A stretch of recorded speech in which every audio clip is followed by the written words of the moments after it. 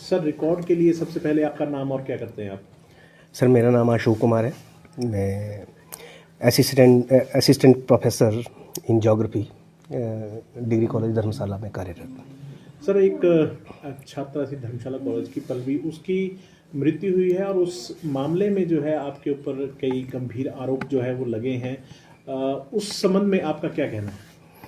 Sir, जैसा कि आप सोशल मीडिया में देख रहे हैं, जितने भी आरोप लगे हैं और जो आरोप लगे हैं उनकी जांच चल रही है, जांच हो रही है, और जो कुछ भी जांच में आएगा तो उसका सामना करने के लिए मैं तैयार हूँ।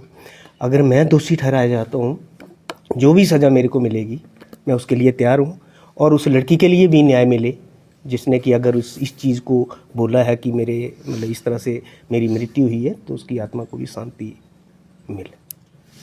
क्यों लगता है आपको इसके जो वीडियो जो सोशल मीडिया पे वायरल हुए उसमें जो है आपको जो है उसमें आरोपी एक तरह से पेश किया गया है? ऐसा क्यों लगता है कि इस तरह की घटना क्यों ये घटित हुई है? ये तो मेरी भी समझ से परे है सर। अब किस तरह से, क्यों, कैसे ये आरोप लगा दिए, ये मेरी समझ से तो परे है।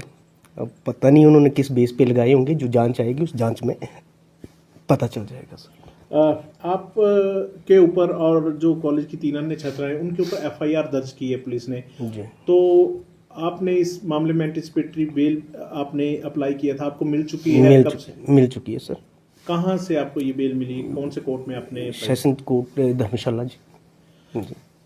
तो अगर बात करें तो अभी सरकार ने जो है आपको निलंबित भी जो है वो कर दिया है, उसके ऊपर आपकी क्या प्रतिक्रिया है? उसके बारे में मेरी प्रतिक्रिया ये ही है कि अगर निलंबित करने से जल्दी जांच हो जाती है और सभी को न्याय मिल जाता है तो इसके लिए भी ठीक है। सरकार ने ठीक ही किया होगा। जो प्रशासन कर रहा है वो ठीक ही कर रहा है, ताकि निष्पक्ष जांच जो वो हो जाए और उस लड़की के लिए भी न्याय मिले और उस दिवंगत आत्मा के लिए भी न्याय मिले और मेरे को भी न्याय मिले, क्योंकि मेरा भी परिवार है, मेरी भी 2 बेटियां हैं। जिस तरह से आपको सीधे तौर पर जो है शारीरिक शोषण के आरोप लगे, क्या वजह आप मानते हैं कि इस तरह से, और रैगिंग की भी बात जो है वो सामने आ रही है, तो इस विषय पर आपकी क्या कहना है इसमें? देखिए जी, रैगिंग का ऐसा है कि जब रैगिंग होती है तो स्टूडेंट जो कॉलेज में, इतना बड़ा कॉलेज है, इसमें अलग अलग कमेटीज़ बनी हुई हैं और उन कमेटीज़ के रिगार्डिंग हमारा कॉलेज प्रशासन जो वो 0 टॉलरेंस रखता है। और अगर उनको लगता था कि मेरी रैगिंग हुई है, किसी लड़की ने उस लड़की को प्रताड़ित किया है, तो उनका बनता था कि वह मतलब जो रैगिंग कमेटी है या सेक्सुअल हरासमेंट का है, उनसे वे कंप्लेंट करते, ताकि वह मतलब कॉलेज प्रशासन तक वह चीज़ आती और एक्शन लिया जाता। अगर वो चीज़ आई नहीं, मतलब उन्होंने पेश ही नहीं किया या कोई कंप्लेंट ही नहीं की, तो अब ऐसे कैसे किसी को क्या पता लगना कौन कैसा है? क्योंकि यहाँ पे हज़ारों की तादाद में स्टूडेंट पढ़ रहे हैं, तो अब कौन क्या कर रहा है, कौन नहीं कर रहा है, तो वो तो तभी पता चलेगा जब उसकी मतलब कोई कंप्लेंट करेगा। प्रत्यक्ष तौर पर आप पे जो है वो आरोप लगे। अब इसमें एक और टीचर का नाम भी जो है वो परिवार की ओर से लिया जा रहा है। क्या लगता है क्यों ये सारा घटनाक्रम, और अगर ऐसी बात थी तो पहले क्यों नहीं इसमें जो है वो परिवार की ओर से आरोप लगाए गए? तो आपसे भी परिवार ने संपर्क किया था इस संबंध में, या कभी कोई बातचीत हुई हो? इसके संबंध में कोई मतलब उन्होंने संपर्क नहीं किया, लेकिन जब से वो लड़की बीमार हो गई थी, तो बीमार होने के बाद उन्होंने एक बार, उसके पापा ने फ़ोन किया था कि मेरी बेटी को मतलब ये डिप्रेशन में चली गई है और मतलब इस तरह से बीमार है, और अगर कुछ हो गया तो मैं छोड़ूंगा नहीं। और मैंने कहा जी देखिए कि चलो वो तो चली गई होगी, हम तो जल्दी कामना करते हैं। मैंने बोला कि ठीक हो जाए, लेकिन मैं नहीं पढ़ाता हूँ उसको। मतलब जब उन्होंने फ़ोन किया, इस सेशन की बात है, मैंने कहा सर वो मेरी स्टूडेंट नहीं है, मैं उसको नहीं पढ़ाता हूँ। तो बोलते कि उनका फ़ोन नंबर दीजिए। मैंने कहा जी कोई नहीं, मैं फ़ोन नंबर दे दूँगा, कोई बात नहीं। फिर मैंने बाद में बात देता हूँ, क्योंकि मैं बाहर था। और फिर जब उनसे मैंने संपर्क साधा, जो दूसरे टीचर थे, मैंने कहा कि ऐसे ऐसे है भाई, सेकंड ईयर की स्टूडेंट है वो और ऐसे ऐसे फ़ोन कर रही है। तो उन्होंने बोला कि कोई नहीं, मैं बात करता हूँ। मेरे को फ़ोन नंबर दो, तो उन्होंने फिर मैंने उनको फ़ोन नंबर दे दिया था, शायद उन्होंने बात करी होगी। क्या लगता है आपका ही नाम, क्योंकि जब आप उसके टीचर भी नहीं थे और आप उन्हें पढ़ाते भी नहीं थे, क्या वो लड़की पहले जब प्रथम वर्ष में आई थी तो उसकी स्थिति ठीक थी, या जो ये डिप्रेशन की बात कही जा रही है कि वो डिप्रेशन में आई? नहीं, वो तो देखिए कि अब जब कॉलेज में आती है कोई स्टूडेंट आता है तो हमें तो सारे ठीक ही लगते हैं। कोई क्लास में ऐसी कोई कभी बीमार हुई हो या कभी मतलब किसी तरह की कोई हाइपरटेंशन हो जाती है, इस तरह की कोई चीज़ है, या इससे कोई सिम्टम रहे हो, वो तो उस टाइम तो नहीं थे, वो तो नज़र नहीं आए।